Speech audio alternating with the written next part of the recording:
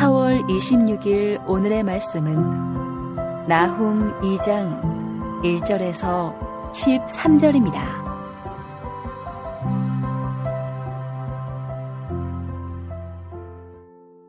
파괴하는 자가 너를 치러 올라왔나니 너는 산성을 지키며 길을 파수하며 내 허리를 견고히 묶고 내 힘을 크게 굳게 할지어다.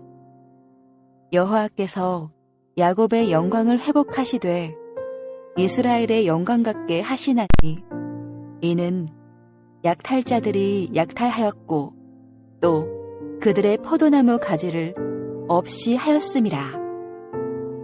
그의 용사들의 방패는 붉고 그의 무사들의 옷도 붉으며 그 항우를 버리는 날에 병거의 쇠가 번쩍이고 노송나무 창이 요동하는도다.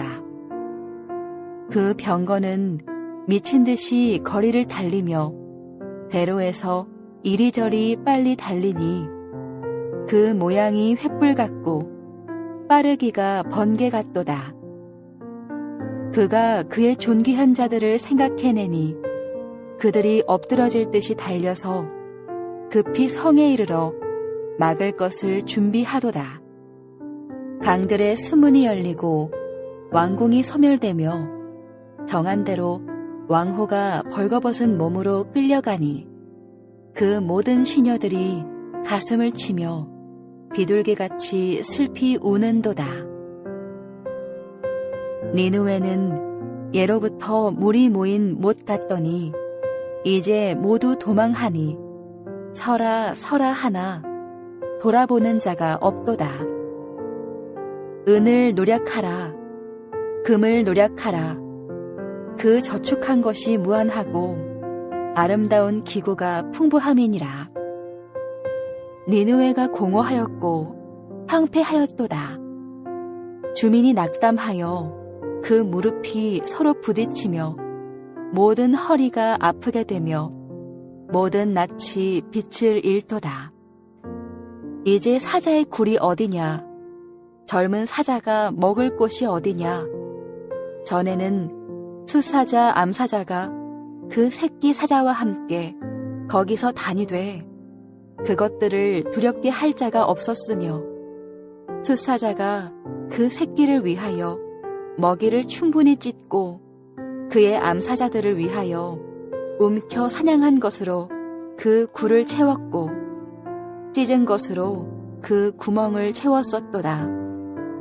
만군의 여호와의 말씀에 내가 내 대적이 되어 내 병거들을 불살라 연기가 되게 하고 내 젊은 사자들을 칼로 멸할 것이며 내가 또 내 노력한 것을 땅에서 끊으리니 내 파견자의 목소리가 다시는 들리지 아니하리라 하셨느니라. 나훔 2장 1절에서 13절 말씀을 함께 묵상하겠습니다.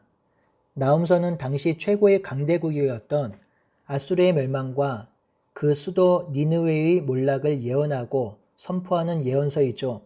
당시 사람들은 아수르가 멸망하고 그 수도 니느웨 성이 패망할 것이라고 아무도 상상하지 못했습니다.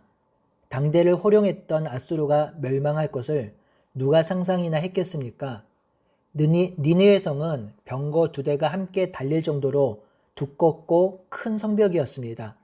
니느웨 성은 고고학자들의 발굴에 의하면 약 30만 명의 인구를 수용할 정도로 큰 도시였습니다.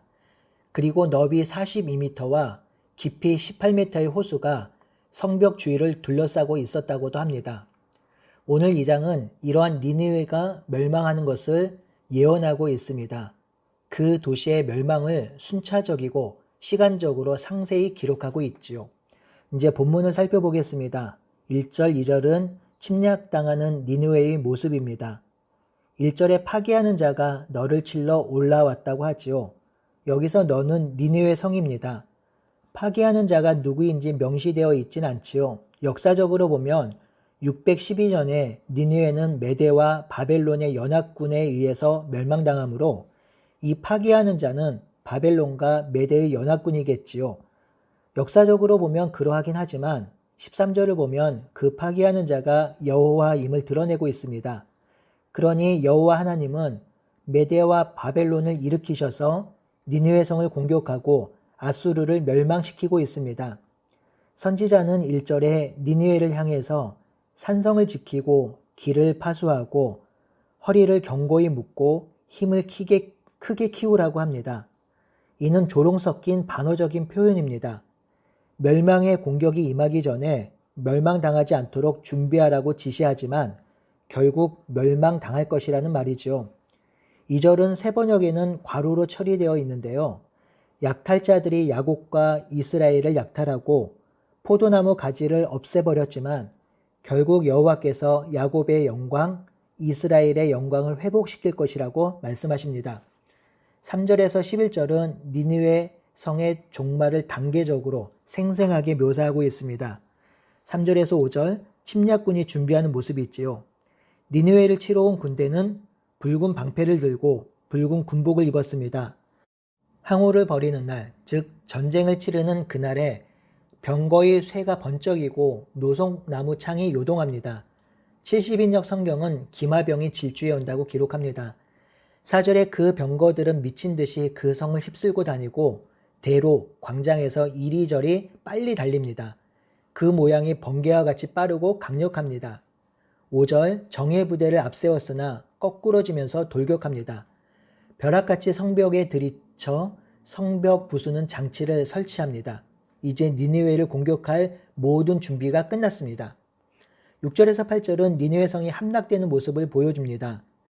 6절입니다. 마침내 수문, 니느웨 성의 문이 열렸습니다. 수문이 열렸다는 것은 수공에 의한 공격이 시작되었다는 것인데 수공에 의해서 니느웨 성이 함락되었다는 고고학적 증거는 없습니다. 이는 니느웨 성의 멸망을 강력하게 보여주는 표현법이라고 하겠습니다. 수문이 열리고 왕궁이 소멸됩니다. 왕궁이 점령당하니 왕후가 포박되어 끌려갑니다. 이 왕후가 끌려가는 모습을 벌거벗은 몸으로 끌려간다고 하죠. 이는 니느웨를 다스리는 왕족이 수치를 당하는 모습을 보여주고 있습니다. 뿐만 아닙니다. 모든 시녀들이 가슴을 치며 비둘기같이 슬피 웁니다.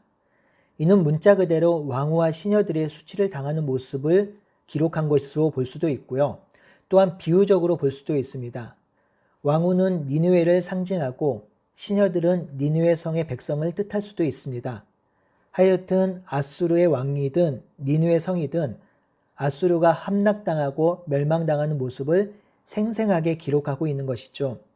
8절에 니느웨 성이 물을 빠져나가는 웅덩이의 모습을 그리고 있습니다.